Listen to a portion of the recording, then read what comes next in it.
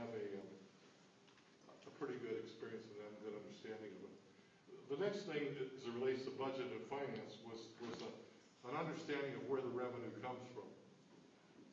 And I guess I want to tell each of you here today that, the revenue comes from you all. Now, it may come in the form of an income tax, or it may come in the form of a sales tax, a CAT tax, or what have you, but it comes from different sources. And, my feeling is that from a standpoint of revenue, people are really getting tired of being taxed.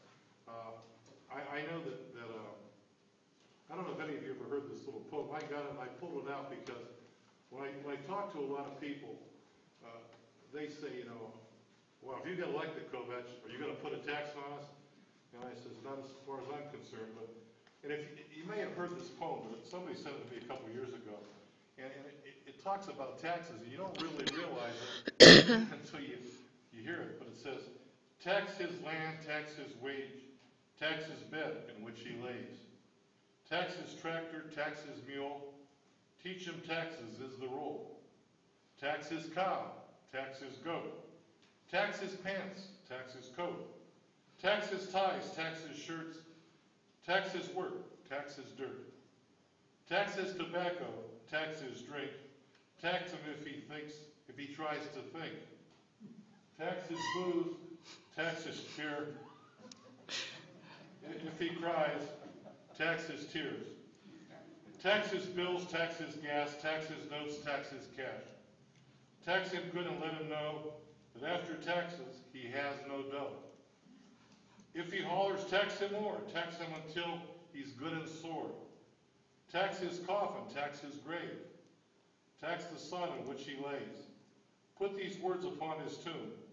Taxes drove me to my doom. And when he's gone, we won't relax.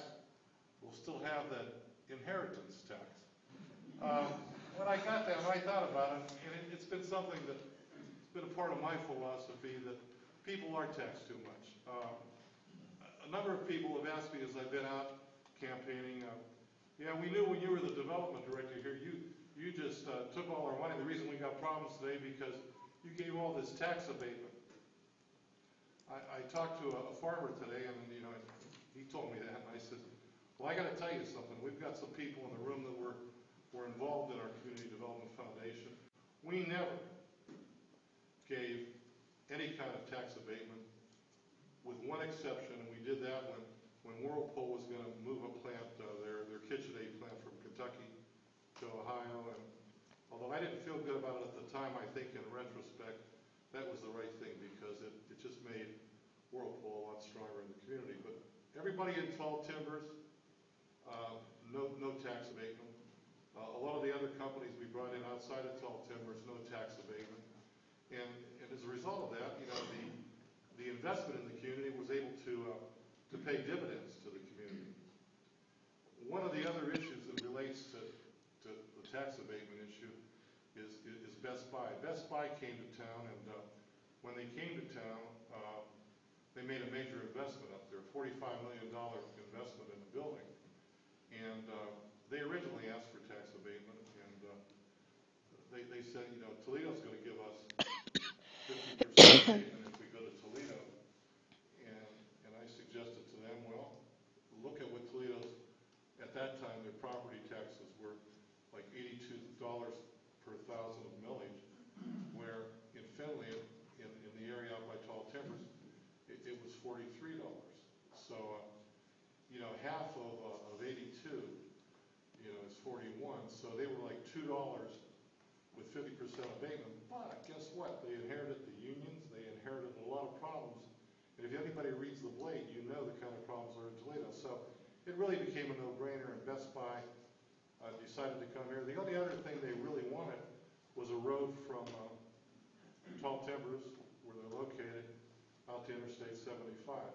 It was something that we had wanted for a long time, all the companies in Tall Timbers, and as a result, we use a little technique called tax increment financing. And just to clear it up for you, tax increment financing is a means where a company comes in and they make a significant investment, and they don't get tax abatement, but they agree to allow 50% of their taxes that they pay to go to do a capital project. In this case, it was the connector road. So we put that in place about 11 years ago, 12 years ago, I guess it was, and Best Buy has pretty much paid that connector road off, along with a couple other companies that located in Tall Timbers. But the bottom line to it was that the community got a connector road, so you could go from the east side of town if you live there to 75 with very little delay.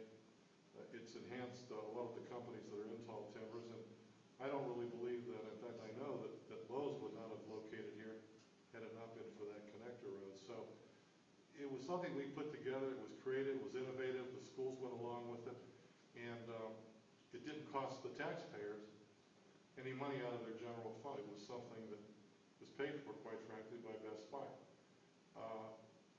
Charity Rossberger, who's our county auditor, tells me that road, all the money will be collected by the end of this tax season this year, so that road will be paid off. And I think those are the kind of creative things people can do if they work together. So, you know, my view on taxes is we really don't want to. You never say never, because there's a guy named Bush that got in trouble saying that. But I think you got to make every effort as a public official to keep taxes to a minimum. Prioritizing the financial needs of the county. Certainly, I think we would all agree that the highest priority got to be public safety.